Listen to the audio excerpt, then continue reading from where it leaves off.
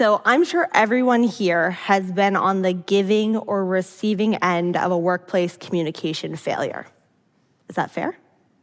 Well, I want to share a time when I sent a message to my team that created countless hours of wasted effort, a few sleepless nights, and maybe even some tears. That message was, sure. Yep, that's it. One word, 4 letters, no punctuation, no emojis, just sure. I bet you were expecting something a little bit more controversial or spicy. So here's what happened. My team was working on an important presentation for an upcoming board meeting, and right on deadline, the project manager, Charlie, sent me an email with the presentation and said, "Are we okay to send this to the board chair for feedback?"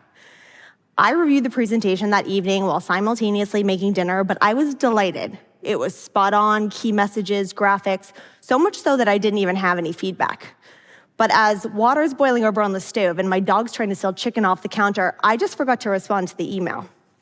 The next day, Charlie sends me a quick Slack. "Are we okay to proceed?" I was on another call, but I didn't want to delay my response further, so I just said, "Sure."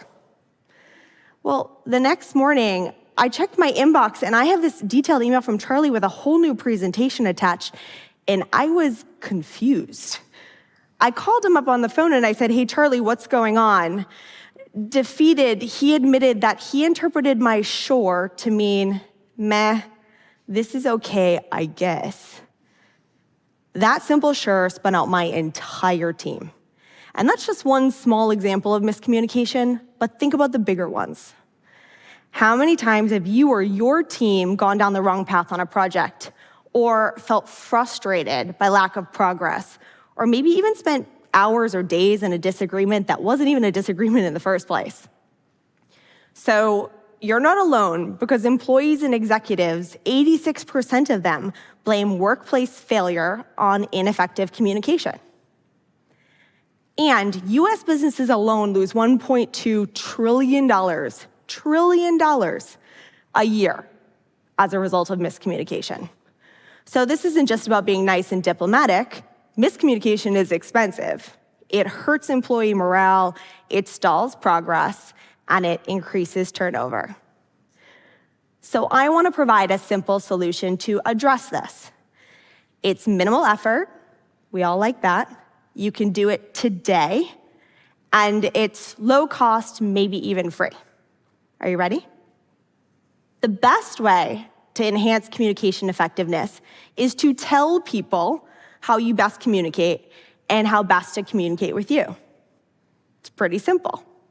But how do we do this in real time and in a way that the information is accessible to those that we engage with?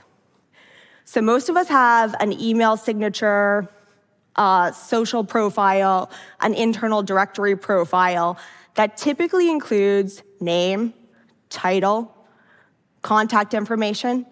What if we normalize adding another highly visible piece of information, a communication style tag that covers 2 critical pieces of information? 1, how we best communicate, email, phone call, text, Slack, and any workplace norms you've set for yourself, like working hours or protected focus time. And 2, how we show up as our best selves or avoid getting tripped up. For example, my communication style tag thrives best in morning meetings. Provide detailed context in advance for fastest decision-making. Now, I want to share another story, communication mishap, if you will, that'll show how I brought this into play with my team. A few years ago, I joined a fintech startup, and my first task was to put together a strategic roadmap for the CEO. I didn't know much about the product yet, but lucky for me, a brilliant woman named Kate on my team had worked at the company since day one, and I thought I should talk to Kate. Now, I'm an extrovert. I love a brainstorm. Get in a conference room with a whiteboard, throw ideas against the wall, let's see what sticks. So I throw a meeting on Kate's calendar, roadmap discussion, very detailed, I know, and I wait for the meeting. I show up, I start excitedly spewing ideas left and right, and I am met with total blank stare. I don't know if Kate is disinterested or totally terrified of me, but I awkwardly end this meeting and leave a bit frustrated. But later that day, Kate sends me an email, and that email has 5 very well thought out, brilliant ideas that she brought to the table. I realized that this spontaneous brainstorm was in my communication comfort zone, not so much for Kate. This was a turning point for me. To be a leader of highly effective teams, you need to invest in understanding their communication styles and share your own as well. So I got them together at a team meeting and I asked them to create their communication style tags. Now, we can't accommodate everybody's preferences 100% of the time, but the information is knowledge that gives us power to make better choices and to adapt if possible. Perhaps unsurprisingly, Kate is an introvert. She prefers asynchronous communication so that she can thoughtfully process her ideas. Kate's communication style tag is email for fastest response during the day, prefers written comms to enable thoughtful, clear responses. Then there's my colleague, Mike. Mike would never respond to the messages I would send him on our internal messaging system. He would just ghost me. He wouldn't respond for days, hours, sometimes just not at all. So I catastrophized the situation and I said, what's wrong with me? Does Mike not like me? Does he think my questions are silly? Like, what is going on here? Turns out, Mike's an extrovert. He has to turn off Messenger during the day, otherwise he would just chit-chat with colleagues all day long. It wasn't me.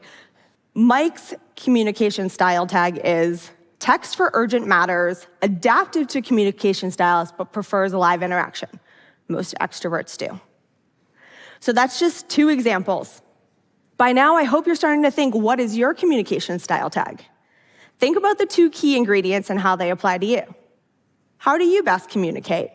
Is it over email, live phone calls, text, etc.? Do you do your best thinking in the morning like me, or do you protect Fridays for focus time? How do you show up as your best self? Do you need time for thoughtful written responses like Kate? Or do you respond better to visual cues and prefer live interaction or videos? I'll give you a few more rapid-fire examples, see what resonates. My colleague, Kelly, she was ghosting meeting invites until I asked what was going on. She told me that an agendaless meeting gave her anxiety, so she just didn't show up. Well, we fixed that. Kelly's communication style tag is checks email twice daily, agendas required. An analyst, Matt, would balk at shorthand messages over Slack or Teams or other shorthand communication tools. He lived in detailed spreadsheets and 1,500-word emails. Matt's communication style tag, email deep diver, full context only. My friend Liz loves a voice memo. You send her a text message, she is sending you back a voice memo. Her communication style tag is voice memo enthusiast, send brief messages for quick updates, avoid long texts. And then a project manager I worked with, Lewis, he would hold daily stand-ups with his team, but he refused late afternoon meetings. He needed that time to think. His communication style tag is morning meeting maven, books everything before lunch, afternoons are for thinking. So if you're a team leader, a manager, or just somebody tired of workplace friction, go first. Create your communication style tag, normalize it with your teams, and do it in a highly visible way so that people have this information on a day-to-day basis. Share it with your clients, your colleagues, your friends. The more people that adopt this change, the more effective it will be. Think about how it could apply to your personal life. My partner, Charles, turned to me a couple months ago on a Sunday evening and said, I got an email invite for us to go on a whitewater rafting trip. We have to RSVP tonight. Are you in? Well, I had about 1 million questions. Is this a glamping trip? Are there showers there? Who's actually going on this trip?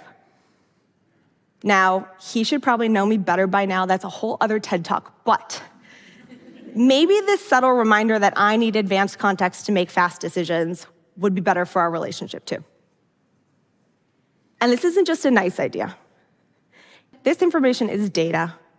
Data helps you make better informed decisions, which drives better outcomes. And when we tell people how best to work with us, we not only increase communication effectiveness, we build trust, we move faster, we feel less strained, and we build teams that actually work. So what's your communication style tag? Thank you.